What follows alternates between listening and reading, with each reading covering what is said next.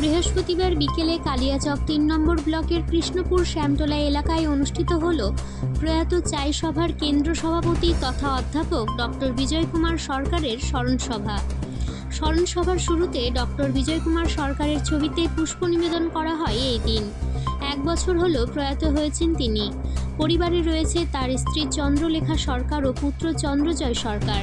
বৃহস্পতিবার এই স্মরণসভায় উপস্থিত ছিলেন চাই সাহিত্য সভার সদস্য ছাড়াও এলাকার বিশিষ্ট ব্যক্তিবর্গ। চাই সমাজকে এগিয়ে নিয়ে যেতে গুরুত্বপূর্ণ ভূমিকা পালন করেছেন প্রয়াত ডক্টর বিজয় কুমার সরকার। সেই ধারাকে বজায় রেখে সমাজের সাধারণ মানুষ ও চাই সমাজকে এগিয়ে নিয়ে যেতে চান তার পরিবার। তো আমার বাবা ডক্টর প্রফেসর বিজয় কুমার সরকার ছিলেন। ওনার এখন ১ বছর হয়েছে, উনি চলে গেছেন আমাদের ছেড়ে। উনি সমাজের মানুষ ছিলেন, অত্যন্ত সাধারণ পরিবারের মানুষ ছিলেন, এই গ্রামেরই ছেলে ছিলেন, এই গ্রামেই তার শান্তির জায়গা ছিল। উনি নিজের জীবনে অনেক কাজ করেছেন, সমাজের জন্য অনেক কাজ করেছেন, চাইয়ের জন্য অনেক কাজ করেছেন। উনি গত ১৫ বছর ধরে নিজের সংগঠন চালিয়েছেন ABCTP নামে। সেটিতে উনি চাই সাহিত্য সভা শুরু করেছিলেন। উনি চায়ে অনেক বই লিখেছেন, উনি গান গেয়েছেন, উনি লোকেদেরকে তুলে ধরেছেন।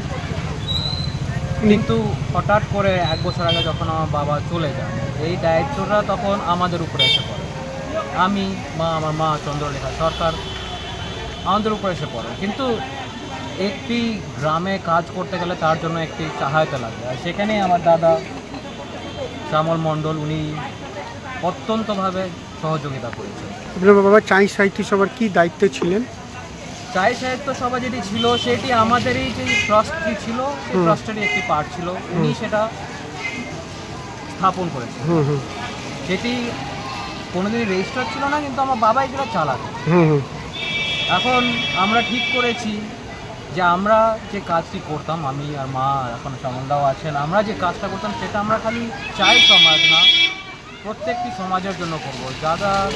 যাদের কাছে সামর্থ্য নাই নিজেদেরকে ধরে রাখার জন্য, তার জন্যই আমরা ঠিক করেছি যে খালি চাই সাহিত্য সভা না, আমরা এখন বাবার নামে একটা ট্রাস্ট খুলেছি।